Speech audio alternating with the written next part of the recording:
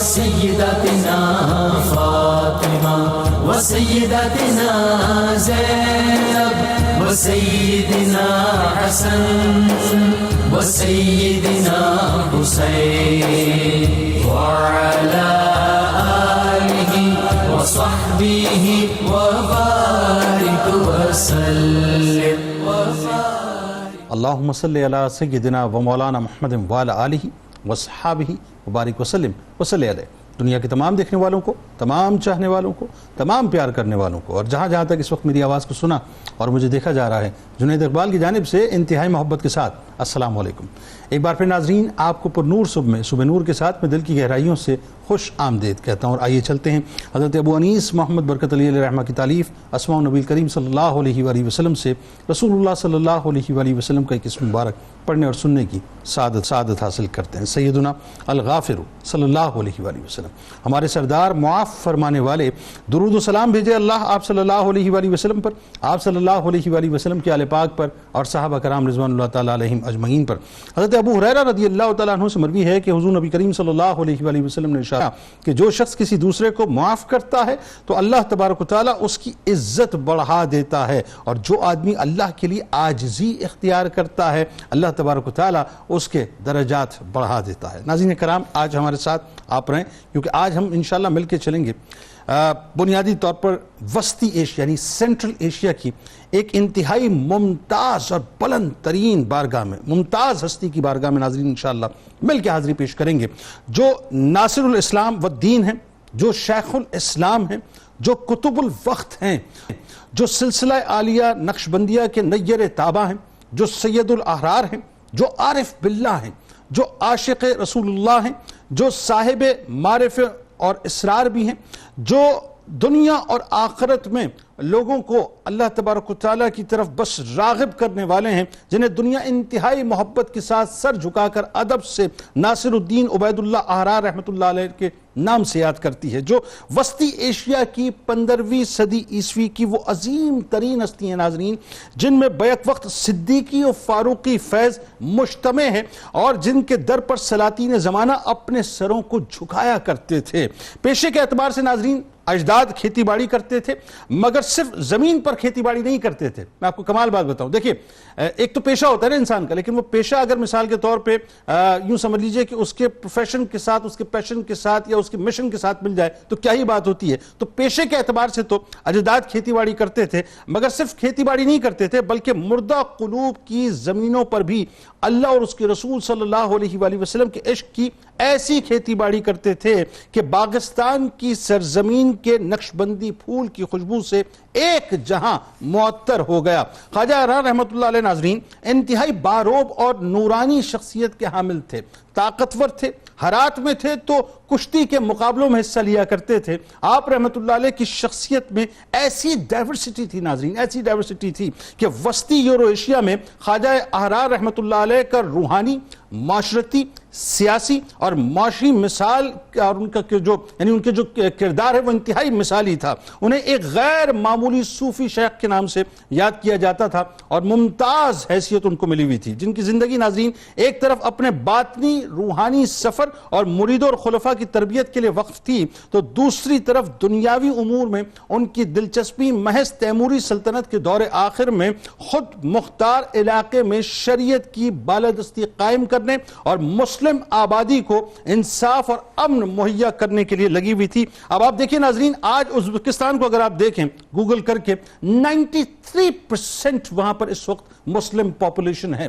ظاہر اس میں بہت بڑا کردار صوفیہ کرام کا ہے اور ایک بہت بڑا کردار اس میں خواجہ احرار رحمۃ اللہ علیہ کا ہے. آپ رحمۃ اللہ علیہ ناظرین ایک بلند پایا صاحب کرامت ولی تھے، مگر آپ ہمیشہ اپنے دہقان ہونے پر فخر کیا کرتے تھے، عارف ہونے پر آپ فخر نہیں کرتے تھے. گویا ایک طرح سے آپ نے اپنی عارفانہ کیفیت دہقانی پردے کے اندر چھپا کے رکھی تھی. عاجزی اور تربیت کا انداز دیکھیے ناظرین کہ آپ اپنے مریدوں سے فرماتے تھے کہ جو ہماری صحبت اور ہم نشینی سے براہ راست اور نقد نفع پائے اس کو مبارک ہو، لیکن اگر کوئی اس انتظار میں رہا کہ ہم اسے کچھ بعد میں دیں گے یا بعد میں ملے گا تو بیکار اپنا وقت ضائع کر رہے ہیں. ہم دہقان آدمی ہیں اور دہقانی کے علاوہ ہمارے پاس کچھ بھی نہیں ہے. حضرت خواجہ احرار رحمۃ اللہ علیہ وہ ہستی ہیں ناظرین جن کے دل میں اپنے عہد کے مسلمانوں کی ہمدردی، غمخواری اور دل سوزی کا جذبہ بے انتہا تھا. آپ مظلوم مسلمانوں کی مدد کو پیری مریدی اور تبلیغ کے کام پر بے انتہا ترجیح دیا کرتے تھے.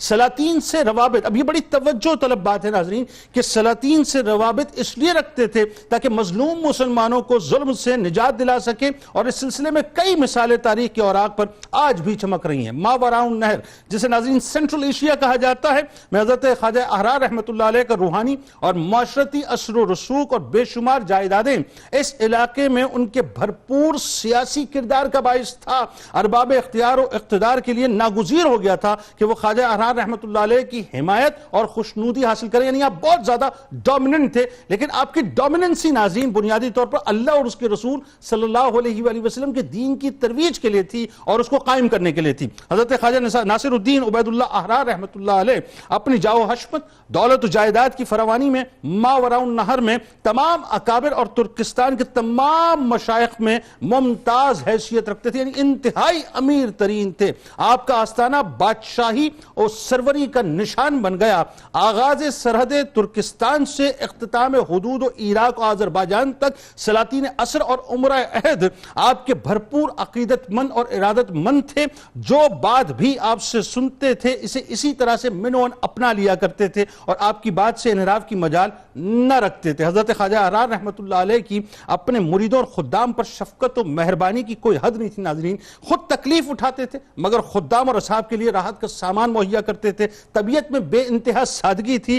وہ یعنی یوں سمجھ لیجئے کہ ایک دور وہ بھی گزرا آپ کے پاس کہ پھوٹی کوڑی آپ کے پاس نہیں تھی، دستار سے چیخڑے لٹک رہے تھے، اور ایک دور وہ آیا ناظرین کہ دولت، ثروت، اناج، غلہ، مال مویشی، زمین جائیداد بے حد و بے حساب تھی. یعنی کابل سے لے کے، اب آپ سوچئے ذرا، پاکستان کے نارتھ ویسٹ میں کابل ہے، اب کابل سے لے کے ناظرین کابل ہے، پھر اس کے بعد سمرقند ہے، پھر تاشقند ہے، یعنی آپ کی جائیدادیں وہاں تک پھیلی ہوئی تھیں. اللہم صلی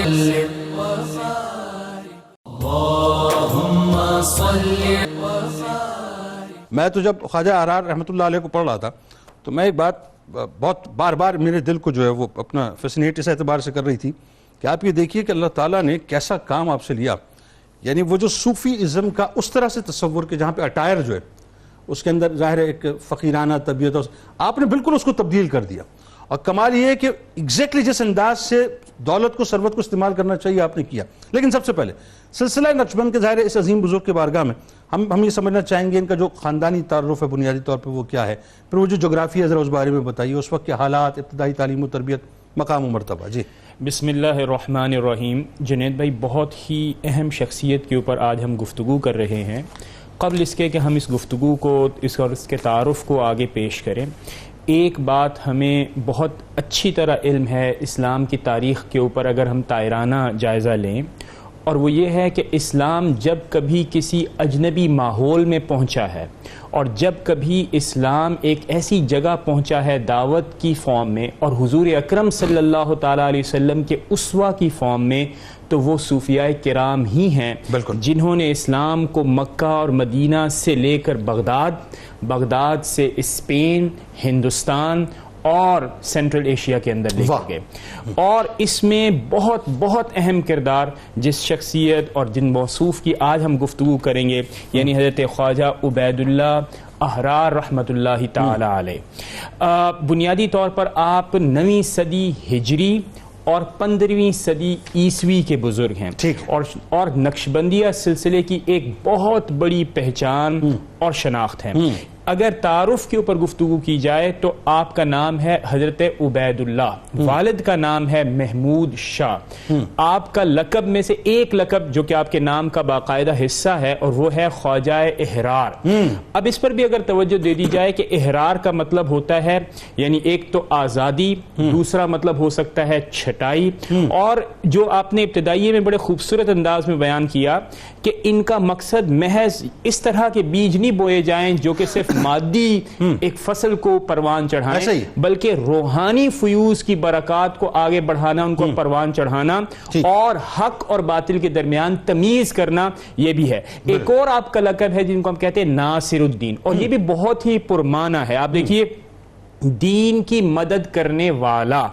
اسی طرح آپ والد جو ہیں آپ کے، وہ حضرت صدیق اکبر سے آپ کا سلسلہ ملتا ہے، والدہ رحمت اللہ تعالی علیہا آپ کا سلسلہ حضرت فاروق اعظم سے ملتا ہے۔ سبحان اللہ، یعنی صدیقی فاروقی جو ہیں دونوں ہی رنگ موجود ہیں، دونوں رنگ موجود ہیں۔ اس کے ساتھ ساتھ آپ کی پیدائش ہوتی ہے 806 ہجری میں اور 1440 عیسوی کا وہ زمانہ ہے، اور پیدائش کہاں پر ہوتی ہے؟ تاشقند کے ایک چھوٹے سے مختصر سے گاؤں کے اندر۔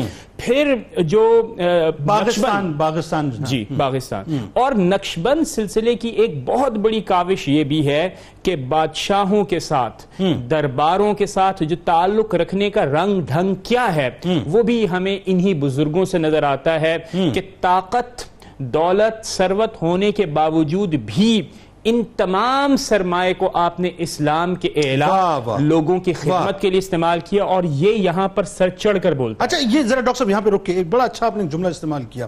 آپ یہ دیکھیے کہ وہ جو ایلیٹ کلاس جسے آپ کہتے ہیں، سپر ایلیٹ کلاس کہتے ہیں، یا جو جسے آپ پاور کوریڈورز کہتے ہیں نا، آسان الفاظ میں آج سمجھنے والوں کے لیے، اس وقت جو پاور کوریڈورز تھے ان سے خواجہ احرار رحمت اللہ علیہ نے رابطہ توڑا نہیں، اور یہ نقشبند سلسلے کا خاص طریقہ ہے کہ انہوں نے طاقتور ترین لوگوں کو بھی اپنے ہاتھ میں رکھا اور دین کے لیے ہی استعمال کیا۔ جی بالکل، اور دیکھیں نا یہ جو الزام لگایا جاتا ہے کہ اسلام میں رہبانیت صوفیزم کی وجہ سے آئی ہے، یعنی نقشبندیہ سلسلہ اس کا انکار نہ صرف کرتا ہے بلکہ طاقت کا ایک خوبصورت، یعنی اس کو چینلائز کیا اسلام کی خدمت اور اعلیٰ کے لیے۔ آپ کی پیدائش ماہ رمضان المبارک، اچھا ماشاءاللہ، اچھا رمضان المبارک میں پیدائش ہوئی، تو روایات میں آتا ہے کہ آپ نے 40 دن تک اپنی والدہ محترمہ کا دودھ نہیں پیا۔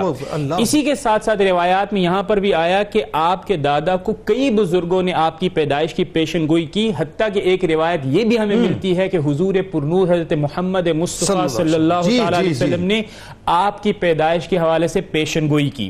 اس کا مطلب یہ ہوا کہ آپ کے خاندان کو اس بات کا علم تھا کہ ہمارے ہاں کون سی بزرگ شخصیت آنے والی، بلند مقام والی۔ اور پھر آپ کے بارے میں تذکرہ نگاروں نے یہ بھی لکھا کہ آپ وہابی ولی تھے، یعنی ابتدائی ہی کے اندر آپ کو یہ تمام کے تمام امور نظر آتے ہیں۔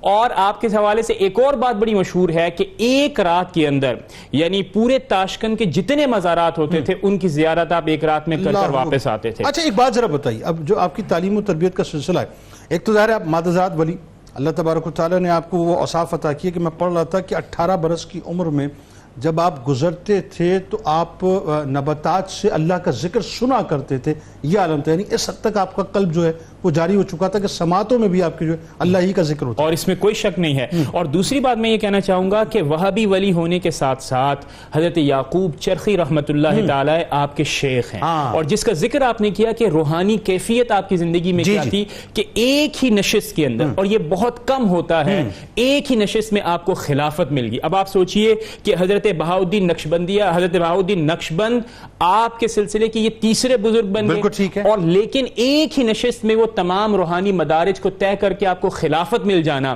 یہ واقعتاً اس بات کی دلیل ہے کہ آپ مادرزاد ولی ہیں، آپ وہابی ولی ہیں۔ اچھا یہ بھی ہمارے ہاں ایک عام تاثر ہے، اور اس کا انکار حضرت عبید اللہ بن احرار رحمت اللہ تعالی علیہ کرتے ہیں، اور وہ کیا ہے کہ ظاہری تعلیم۔ عام طور سے ہمارا تصور یہ ہے کہ جو صوفیاء ہیں یہ روحانی سلسلے مسئلے کے اوپر تو یعنی توجہ دیتے ہیں لیکن ظاہری تعلیم کے اوپر نہیں. آپ کی تعلیم و تربیت کا آغاز نہایت ابتدا سے ہو گیا تھا. آپ کے ماموں آپ کے اساتذہ میں تھے اس وقت, ابراہیم شاشی. جی بالکل. اور اسی طرح پھر خالو ہیں, اور پھر وہاں جو دستیاب سہولیات تھی مکاتب کے اندر, وہاں سے آپ نے سلسلہ تعلیم حاصل کیا. تو لہٰذا ظاہری اور باطنی تعلیم کا ایک حسین امتزاج جس نے یعنی آپ کی شان و شوقت اور مال و دولت کو اسلام کو چینلائز کرنے کے لیے خوبصورت انداز میں پیش کیا کہ اسلام دنیا کے کونے کونے تک پھیل گیا. بالکل ٹھیک ہے, بہت خوبصورت ابتدائی گفتگو. علامہ صاحب اب ذرا یہ بتائیے کہ ایک جو خاص وصف میں خواجہ احرار رحمۃ اللہ علیہ کے والے سے پڑھ رہا تھا, اور وہ ایسی ہے کہ بات کے اس پہ میرا خیال رک کے ہمیں کلام بھی کرنا چاہیے, کہ مسلمانوں کی غم خاری آپ رحمۃ اللہ علیہ کی ہستی کا ایک خاص وصف تھا. خاص طور پہ سلاطین وقت سے جو تعلقات تھے اس کے پیچھے, جیسے ابھی ابتدا میں ذرا سے اس پہ ایک اشارہ کیا تھا, کہ اس کے پیچھے ایک بہت بڑی وجہ یہ نظر آتی ہے کہ جو مظلوم لوگ ہیں, مشکلات میں پھنسے ہوئے لوگ ہیں, آپ ایکچولی چینلائز کرتے تھے معاملات کو اور مسائل کو حل کرتے تھے. ان کو خطوط کو لکھنا, ان کے پاس جانا, لوگوں کی داد رسی کروانا, اور مظلوموں کو جو ہے وہ اپنا اس ظلم سے نجات دلوانا. بتائیے اس حوالے سے. بسم اللہ الرحمن الرحیم. اللہم صلی وسلم وبارک علی سیدنا و مولانا محمد وعلی آلہ وآل بیتہ واصحابہ اجمعین. بہت شکریہ جنید بھائی. حضرت ناصر الدین والملت حضرت خواجہ احرار رحمۃ اللہ تعالی علیہ اولیاء کاملین صالحین امت میں ایک بڑا اونچا مقام رکھتے ہیں. سلسلہ نقشبند کا یہ وہ تابندہ ستارہ ہے کہ جس کی چمک سے الحمدللہ آج نقشبندی سلسلہ مہک رہا ہے, چمک رہا ہے. بالکل ٹھیک. جیسا کہ آپ نے کہا نا کہ مسلمانوں کی غمخواری ان کا ایک خاص وصف ہے. قرآن مجید فرقان حمید میں اللہ تبارک و تعالی نے اپنے خاص بندوں کا جہاں تذکرہ فرمایا ہے, وہاں فرمایا کہ وَيُؤْثِرُونَ عَلَىٰ أَنفُسِهِمْ وَلَوْ كَانَ بِهِمْ خَصَاصَةٌ, کہ یہ اپنی ذات پر دوسروں کو ترجیح دیتے ہیں. ٹھیک ہے. اگرچہ یہ ضرورت مند ہو. ٹھیک ہے. خواجہ احرار کی شان یہ ہے کہ دولت و ثروت کا ایک انبار ہے. ٹھیک ہے. خاندانی وجاہت ہے, ایک انتہائی بڑے متمول خاندان سے آپ کا تعلق ہے. اور پھر آپ یہ دیکھیے کہ اسی کے ساتھ ساتھ سلاطین وقت کے ساتھ بھی زبردست قسم کے ان کے تعلقات ہیں. اگرچہ کہ فقیری, درویشی, تونگری کی ضد ہے, ایسا ممکن نہیں ہے کہ دونوں ایک جگہ جمع ہو جائیں, لیکن ان کی ذات میں یہ دونوں چیزیں جمع ہو جاتی ہیں. فقیری بھی ہے, درویشی بھی ہے, تونگری بھی ہے. اور اس تونگری کا عالم یہ ہے کہ جناب والا خود سادہ لباس پہنتے ہیں, لباس ایسا پہنتے ہیں کہ جس میں سے ان کے مریدین بتاتے ہیں کہ بسا اوقات لباس پھٹا ہوا ہے, اس میں سے روئی نکل رہی ہے, اس لیے نہیں کہ غریب ہے, اس لیے کہ اللہ کی رضا کے لیے عاجزی کر رہے ہیں. اپنے گھر والوں کے لیے اپنے جائیداد میں سے ایک خاص حصہ مقرر کیا ہوا ہے کہ اس سے زیادہ نہیں ملے گا. باقی جو بھی مال و دولت ہے سب مسلمانوں کی غمخواری میں خرچ کر رہے ہیں, مسلمانوں کے لیے خرچ کیا جا رہا ہے. کوئی مشکل میں پھنسا ہوا ہے, اس کی مشکل کو دور کرنے کے لیے, کوئی پریشان حال آ گیا اس کی پریشانی کو دور کرنے کے لیے. اور یہ نہیں کہ چھوٹے پیمانے پر, مثال کے طور پر خواجہ احرار کے حالات اور واقعات میں بیان کرتے ہیں کہ سلطان احمد جو ہیں انہوں نے ٹیکس لگانے کا ارادہ کیا.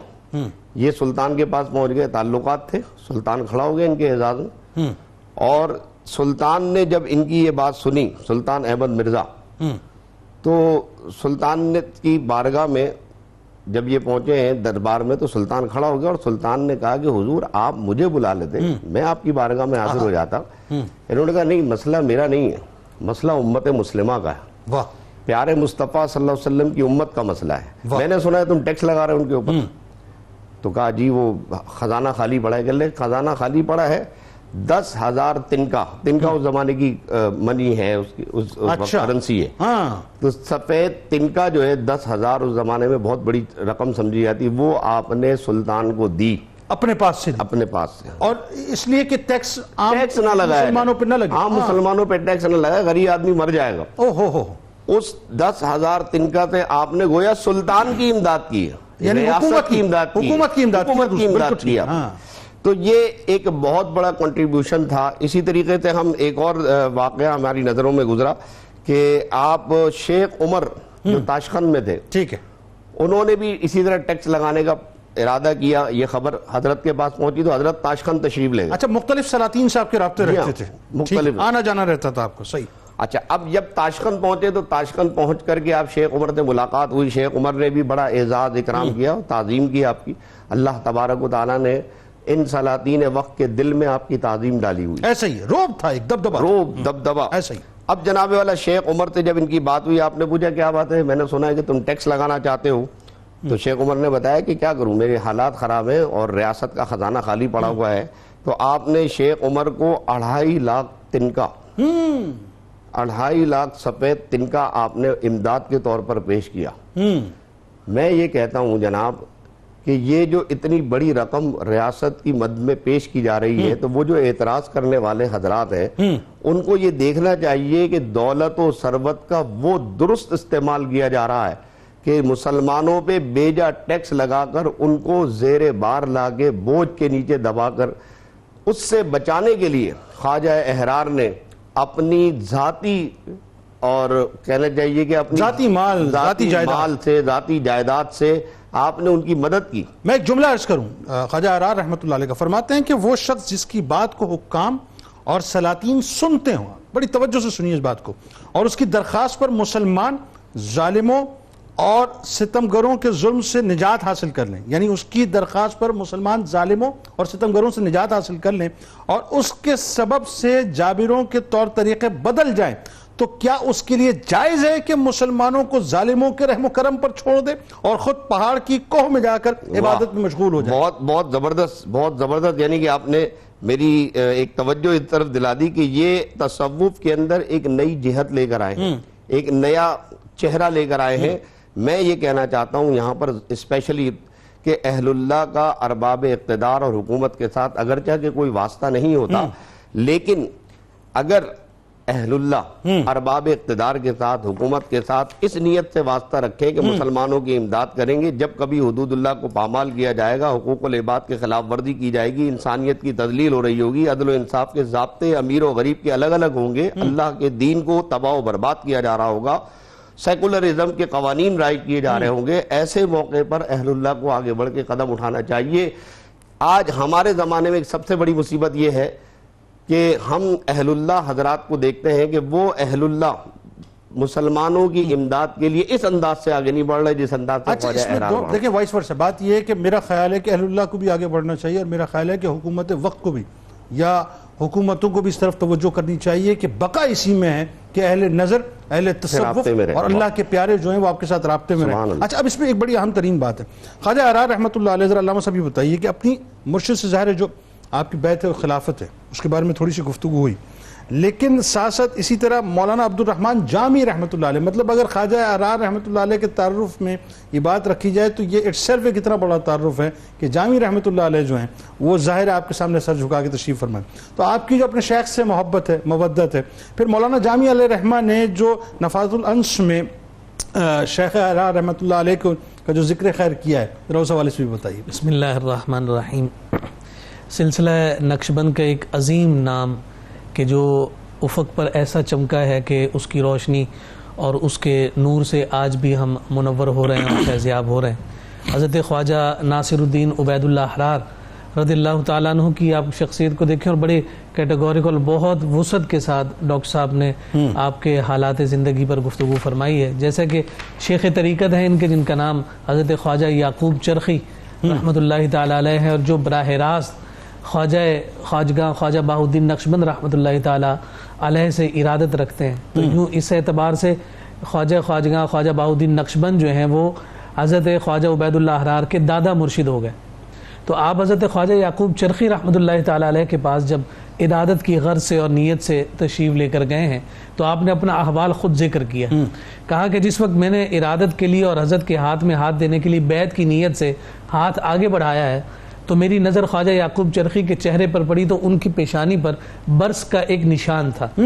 تو اس برس کے نشان کی وجہ سے مجھے کراہیت سی محسوس ہوئی، اور اس کی وجہ سے جیسے ہی میں نے اپنا ہاتھ کھینچا ہے اور دوبارہ نگاہ اٹھائی ہے تو آپ کا چہرہ اتنا حسین و جمیل اور شاداب تھا کہ میں بے خود ہو گیا اور اس کیفیت میں تھا کہ ابھی میں خواجہ یعقوب چرخی سے لپٹ جاؤں. اللہ، جب میں خود ساختہ ہونے لگا اور اپنے آپے سے باہر ہونے لگا تو کہتے ہیں کہ میرے شیخ نے پھر دوبارہ مجھے جھنجھوڑا اور کہا کہ اس ہاتھ کو پکڑ لو، اس لیے کہ خواجہ بہاؤالدین نقشبند نے کہا ہے کہ جو یعقوب کا ہاتھ پکڑے گا گویا وہ بہاؤالدین نقشبند کا ہاتھ پکڑے گا۔ اللہ کہا لو تم یعقوب چرخی کا ہاتھ نہیں، تمہارے ہاتھ میں بہاؤالدین نقشبند کا ہاتھ۔ سبحان اللہ سبحان اللہ۔ آپ نے اسے جو ہے ان سے سلسلہ ارادت کو قائم فرمایا، اور پھر عقیدت اور احترام کا رشتہ اتنا ہے کہ تاریخ نگار نے لکھا ہے کہ جب کبھی ملاقات کے لیے تشریف لے جاتے ہیں تو اہتمام یہ ہوتا کہ آپ ننگے پاؤں اپنے شیخ کی خدمت میں حاضر ہو اللہ، کر، یعنی اتنا ادب تھا، اتنا ادب۔ اللہ۔ اور وہ ادب اس اعتبار سے بھی تھا کہ جس وقت یہ ارادت قائم ہونے لگی ہے اسی وقت ان کی کیفیات جو ہے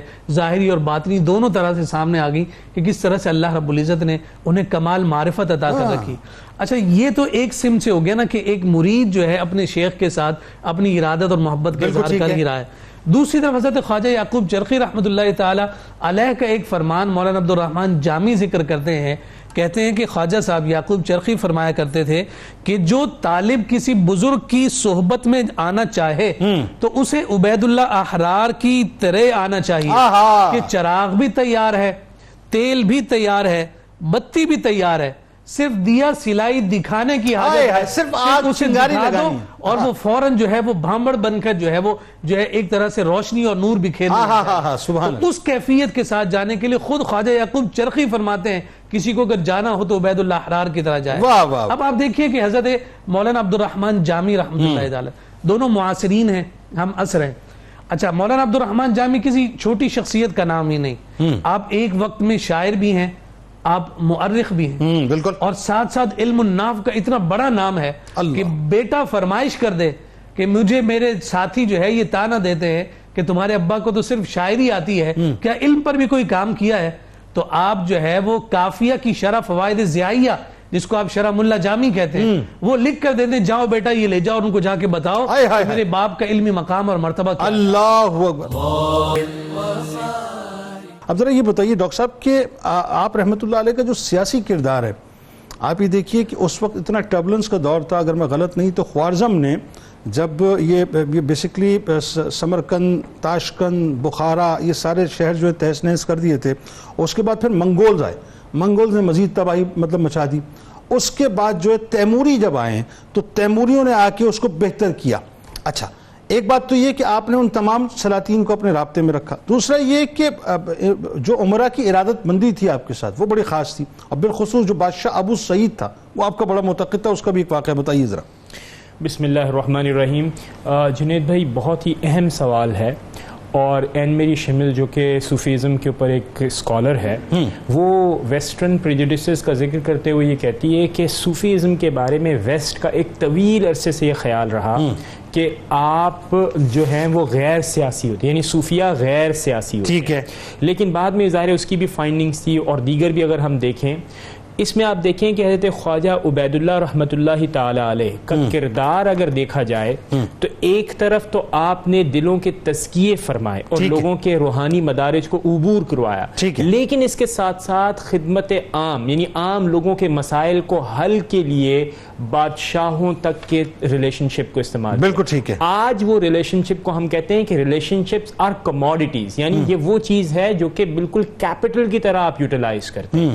حضرت خواجہ عبید اللہ رحمۃ اللہ تعالی علیہ کے حوالے سے آپ نے یہ بتایا، اور بہت خوبصورت انداز میں آپ نے بھی بیان کیا کہ معاشرتی اور معاشی اثر رسوخ تو تھا ہی، اور جب ریاستیں کمزور ہو رہی ہوتی ہیں، اپنے آپ کو طاقتور بنا رہی ہوتی ہیں، تو انہیں معیشت کی بھی ضرورت ہوتی ہے، اور وہ ڈیپینڈ کرتے ہیں معاشرتی اثر رسوخ رکھنے والی شخصیات پر۔ تو آپ چونکہ ایک تو آپ نے بتایا کہ ترکستان سے لے کر آذربائیجان تک آپ کا معاشرتی اور معاشی اثر رسوخ تھا، تو لہٰذا آپ سیاسی انداز میں بھی کنٹریبیوٹ کرتے تھے، لیکن مقصد کیا تھا؟ مقصد تھا اللہ رب العزت کے دین کو آگے بڑھانا، مقصد یہ تھا کہ لوگوں کی داد رسی کرنا، مظلوموں کا ساتھ کھڑا ہونا، اور وہ ظلم و جبر جو کہ ممکن تھا بادشاہوں کے ذریعے سے بادشاہوں کو نصیحت کرنا۔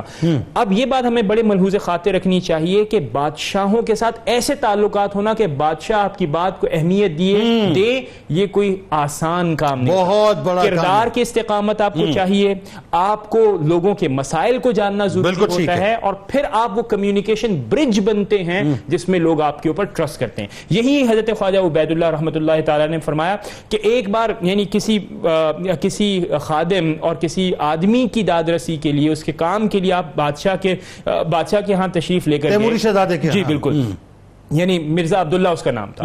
جب گئے تو وہی بادشاہانہ شان و شوکت کہ بھئی آپ لباس، ظاہری لباس کو دیکھا، یہ تمام چیزیں دیکھی، تو اس نے کہا نہیں بادشاہ تو اس طرح کے لوگوں سے نہیں. مطلب یوں کہیے کہ آج کے دور میں اگر فرض کیجئے کہ اے ڈی سی، مطلب بادشاہ کے اے ڈی سی جو ہے اس نے ملنے نہیں دیا، یعنی جو پروٹوکول آفیسرز ہوتے ہیں کہ بھئی آپ تو یعنی یو ڈو ناٹ ڈیزرو کہ بھئی آپ کے ساتھ بادشاہ ملاقات کرے.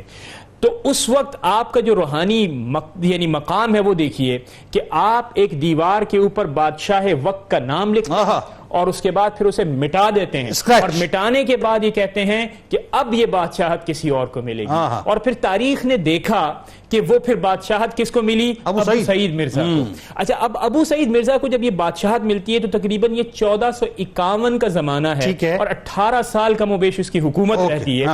اب یہ جو ابو سعید ہیں، ایک تو آپ کے ساتھ نیاز مندی، یعنی مثال کے طور پہ اگر آپ کا گھوڑا چل رہا ہے تو وہ بادشاہ وقت پیدل آپ کے ساتھ چل رہا ہے کہ اس بات کا اظہار کیا جائے. اچھا، یہ اس کا مطلب یہ ہوگا کہ پاور کوریڈورز کا اور صوفیزم کا ایک نیکسس ہو گیا کہ کس طرح سے آپ مسلمانوں کی فلاح و بہبود. لیکن اس میں یہ یاد رکھیں کہ اسلام کی اسپرٹ کسی مقام پر یہی تو عرض کر رہا ہوں، اسپرٹ کوئی بالکل نہیں ہو رہی، اور بادشاہت نیچے ہے، یعنی ماتحت ہے کس کے؟ صوفی بزرگوں. ایسا ایک دفعہ حضرت خواجہ اعرار رحمۃ اللہ علیہ کو اطلاع ملی کہ قزاق خان جو ہے اور دیگر سلاطین اکٹھے ہو کر جو ہے وہ تاخت و تاراج کرنا چاہتے ہیں تاشقند کو. اب دیکھیں کمال بات کہ حضرت خواجہ اعرار رحمۃ اللہ علیہ نے ان کی تسکین کے لیے اور مسلمانوں کی جان و مال اور عزتوں کی محافظت کے لیے کیا یہ کہ اپنی خاص جو کمائی آپ کی تھی اس سے 50-60 ہزار دینار آپ نے اس کو بھجوایا اور خط لکھا کہ آپ اس خیال سے باز رہیں، یعنی آپ اس حد تک چلے جایا کرتے تھے. اور دیکھیں بادشاہوں کو چاہیے کیا ہوتا ہے؟ پیسہ. وہ انہوں نے آپ کو پہنچا دیا تاکہ عامت الناس اس سے متاثر نہ ہو. پھر سمرقند کی فتح، اس کے لیے یعنی جب جنگ کا موقع آیا تو جنگ میں، میدان جنگ میں ساتھ رہے. جب دعا کا موقع آیا تو اس دعا کی تاکہ سمرقند فتح ہو جائے. اور پھر سمرقند وہ ہب بن گیا جہاں پر اسلام کی حفاظت بھی ہوئی، اسلام کی ترویج و اشاعت بھی ہوئی. لہٰذا آپ دیکھیے کہ صوفیاء کرام کا یہ جو ایک الزام ہے کہ وہ رہبانیت ہے، وہ دنیا دار دوری، یہ بالکل ایک غلط تاثر ہے. اور ہماری تاریخ میں ان بزرگوں نے اسلام کو پوری دنیا کے طول و عرض میں اس خوبصورت انداز میں پہنچایا کہ Islam is practice, Islam is something which is very very practical, اور لوگوں کی داد رسی کے لیے ایک اہم کردار ادا کرتا ہے. اس میں حضرت خواجہ عبید اللہ احرار رحمۃ اللہ تعالی علیہ کا بہت ہی کلیدی کردار ہے. اللهم صل. آپ رحمۃ اللہ علیہ کے مختلف ادوار آئے آپ کی زندگی میں، لیکن آپ نے ایک تو یہ کہ صوفیہ سے آپ کی ملاقاتوں کا سلسلہ بہت رہا، آپ درباروں میں بہت جایا کرتے تھے، اسفار آپ نے بہت کیے. پھر ایک دور آپ کا دیکھیں نا، دو انتہاؤں پہ آپ ہیں، ایک انتہائی یہ غربت اور ایک انتہائی یہ کہ انتہائی امیری، لیکن توازن یہ کہ سادگی اپنی جگہ برقرار ہے. بتائیے. جی بالکل، جیسا آپ نے ذکر کیا، آپ کی شخصیت کے یہ دو فیزز جو ہے نا بڑے واضح طور پر نظر آتے ہیں. اس کو آپ یوں سمجھ لیجیے کہ دو مختلف ادوار ہیں آپ کی زندگی میں. ایک کیفیت تو یہ ہے کہ جو 828 سے لے کر 823 تک کے درمیان یہ 5 سال کا عرصہ تقریباً بنتا ہے. 823 سے 828 تک. ہاں 823 سے 828 یہ 5 سال بنتے ہیں. اب اس میں کیا نظر آ رہا ہے؟ اس میں نظر یہ آ رہا ہے کہ آپ نے جو امامہ شریف پہنا ہوا ہے وہ اتنا خستہ ہو چکا ہے کہ وہ اتنا گھس گیا ہے کہ وہ باندھنے لگتے ہیں تو وہ ایسے لگتا ہے کہ یہ پھٹ جائے گا. اللہ. جسم پر جو لباس ہے اس کی کیفیت یہ ہے کہ پیون پہ پیون لگے ہوئے ہیں، اور یہ 5 سال کا عرصہ آپ نے اس کیفیت میں گزارا ہے. اللہ. کہ یہ سوکھی روٹی ہے، پانی کا گلاس ہے اور اس کے اندر ڈبو کر کھا رہے ہیں. یہ کیفیت ہے کہ دن میں ایک وقت میں کھا رہے ہیں. یہ کیفیت ہے کہ پاؤں میں نالین نہیں مل رہے. اللہ. لیکن یہ ان تمام کیفیات میں بھی صبر اور رضا زبان پر جاری ہو. اللہ اکبر. پھر کیفیات تبدیل ہو رہی ہیں، احوال تبدیل ہو رہے ہیں. کھیتی باڑی خود شروع کی، خود زراعت اللہ نے نواز دیا. ہاں، فارمنگ کا جو سلسلہ آپ نے شروع کیا، زراعت اسٹارٹ کی، اور اس کے ذریعے سے جو برکت آپ کو ملی اور اس برکت کے نتائج اور ثمرات یہ میسر آئے کہ پھر عبد الرحمن جامی اس انداز میں دیکھ کر خود حیرت میں مبتلا. وہ پھر ساری کیفیات ہمارے سامنے نظر آتی. لیکن ان تمام میں بھی ہمیں یہ نظر آتا ہے کہ آپ کی جو ظاہری وضع قطع تھی نا لباس کے اعتبار سے، وہ ویسے ہی تواضع کے ساتھ سادگی پر ہی اس میں کوئی تنوع نہیں آیا، اس میں کوئی تنوع نہیں آیا. ہاں وہ پہلے والی کیفیت تو نہیں رہی، لیکن یہ سادگی اسی طرح سے قائم تھی کہ سادہ لباس پہننا، سادہ مقام پر بیٹھنا اٹھنا ہے، لیکن جو جاہ و جلال اور دنیا والوں کے سامنے ایک صاحب علم اور صاحب معرفت کا ہونا چاہیے، اس کو قائم کرنے کے لیے آپ نے پورا انتظام اور اہتمام رکھ کر رکھا تھا کہ کوئی اللہ کے ولیوں کی تنقیص نہ کرے. ایک سبب ان کے جاہ و جلال کا یہ بھی تھا کہ جو ولایت کے مراتب پر فائز ہیں صرف ان کو گوشہ نشین اور خلوت نشین نہ تصور کیا جائے، بلکہ ان کے جو حقیقی معیارات ہیں ان پر ان کو پرکھا جائے. اب یہ جو تواضع ہے آپ کی زندگی میں سادگی کا، پھر یہی تواضع دیگر اوصاف میں بھی بدرجہ کمال ہمیں نظر آتا ہے. جیسے مثال کے طور پر آپ دیکھیے، بتائیے، مہمان نوازی کے اعتبار سے آپ دیکھتے ہیں، آپ کے پاس کوئی شخص آ جائے، انجانا ہے یا جیسا بھی ہے، خانقاہی نظام کو قائم کی سلسلہ نقشبندی، اور ویسے ہی خانق کے اعتبار سے یعنی معرفت میں بھی گلا گھونٹتے ہیں، اور پھر جو ہے وہ ظاہری جو ضروریات ہیں اس کو پورا کرنے کے لیے اگر کوئی عام شخص بھی آ رہا ہے تو ایسی مہمان نوازی کی جا رہی ہے کہ اکثر و بیشتر یہ خاص وصف ہے سلسلہ نقشبندی، خود اپنے ہاتھ سے جو ہے اسے اپنے ہاتھ سے کھانا پیش کر رہے ہیں. یعنی وہاں پہ یہ نہیں کہ پیر صاحب کا جناب پروٹوکول ہے، ان تک تو پہنچنے کا معاملہ ہی نہیں ہے. یہ کیفیات آپ اچھا یہ کہ سادات کا احترام بھی بہت ایک بڑا خوبصورت واقعہ یہاں ذکر کیا گیا ہے. یہ تقریباً 883 ہجری کی یہ بات 883 ہجری کی بیان کی جاتی ہے. کسی مکتب میں یعنی لائبریری میں کچھ علماء اور فضلاء وہاں موجود تھے اور ایک کتاب لکھی گئی تھی جواہر الذات. اس کتاب میں یہ تھا کہ جناب علی بن ابی طالب رضی اللہ تعالیٰ عنہ مولا علی شیر خدا رضی اللہ تعالیٰ عنہ کا خاص طور پر ذکر تھا.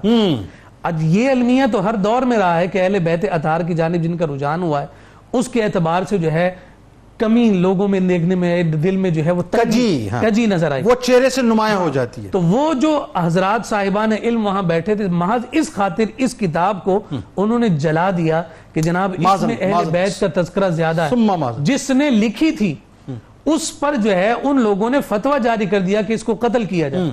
اس وقت یہ حضرت خواجہ عبید اللہ حرار تھے جو سامنے کھڑے ہو گئے اور کہا کہ مجال ہے کسی کے کہ جو اسے سزا دے سکے، اس کا کیا جرم صرف اور صرف اتنا ہے کہ اس نے اپنے اہل بیت سے اپنی محبت کا اظہار کیا ہے. میری گردن کٹ جائے گی لیکن میں اس شخص کو نقصان نہیں ہونے دوں گا کہ جس کا صرف اور صرف قصور اور جرم یہ ہے کہ وہ اہل بیت اطہار اور خاص طور پر حضور کے چچا زاد بھائی علی بن ابی طالب کی مدح کرتا ہے. فرمایا یہ کسی طور پر بھی ممکن نہیں. یہ آپ کی شخصیت میں یہ مقام نظر آتا ہے. اگر مجھے 1 منٹ دیں تو میں آپ کی وصیت کی بات کرنا چاہتا ہوں. آخری وقت میں جو آپ نے وصیت کی ہے وہ صدقہ جاریہ کے طور پر ایک بڑی خوبصورت اسٹیٹمنٹ ہے. آپ نے میری خواہش ہے آپ نے 50,000 دینار پر مشتمل زری زمین آپ نے وقف کی ہے اور جتنا غلہ آتا تھا تمام کا تمام آپ نے وقف پر کر دیا. مدرسہ بنے گا، مسجد بنے گی. جس طرح سے یہ دنیا میں مجھے نفع دیتے تھے مرنے کے بعد بھی میں چاہتا ہوں کہ یہ نفع صدقہ جاریہ کی صورت میں اس سے خوبصورت وصیت کوئی ہو ہی نہیں سکتی صاحب. اور آخر میں صاحب حضرت خواجہ احرار رحمۃ اللہ علیہ کا جملہ فرماتے ہیں کہ تصوف کا تقاضا یہ ہے کہ آپ سب کا بوجھ اٹھائیں اور اپنا بوجھ کسی پر نہ ڈالیں، لہذا لوگوں کا بوجھ اٹھانے والے بن جائیں. آئیے جناب چلتے ہیں کتاب الشفا کی جانب. تحصیل علم میں آسانی کا عمل آپ کے سامنے پیش کرتے ہیں کہ اگر کسی شخص کو تحصیل علم میں کسی قسم کی کوئی رکاوٹ ہو تو وہ 41 دن تک روزانہ سورہ رحمان کی آیت نمبر 78 100 مرتبہ پڑھے. انشاءاللہ ہر قسم کی رکاوٹ دور ہو جائے گی اور علم میں اضافہ ہوگا. حضور غوث الاعظم دستگیر حضرت شیخ عبد القادر جیلانی رضی اللہ تعالیٰ عنہ کا قول مبارک ہے کہ اپنے اعمال میں اخلاص پیدا کرو، کیونکہ اخلاص کے بغیر کوئی بھی عمل فضول مشقت ہے.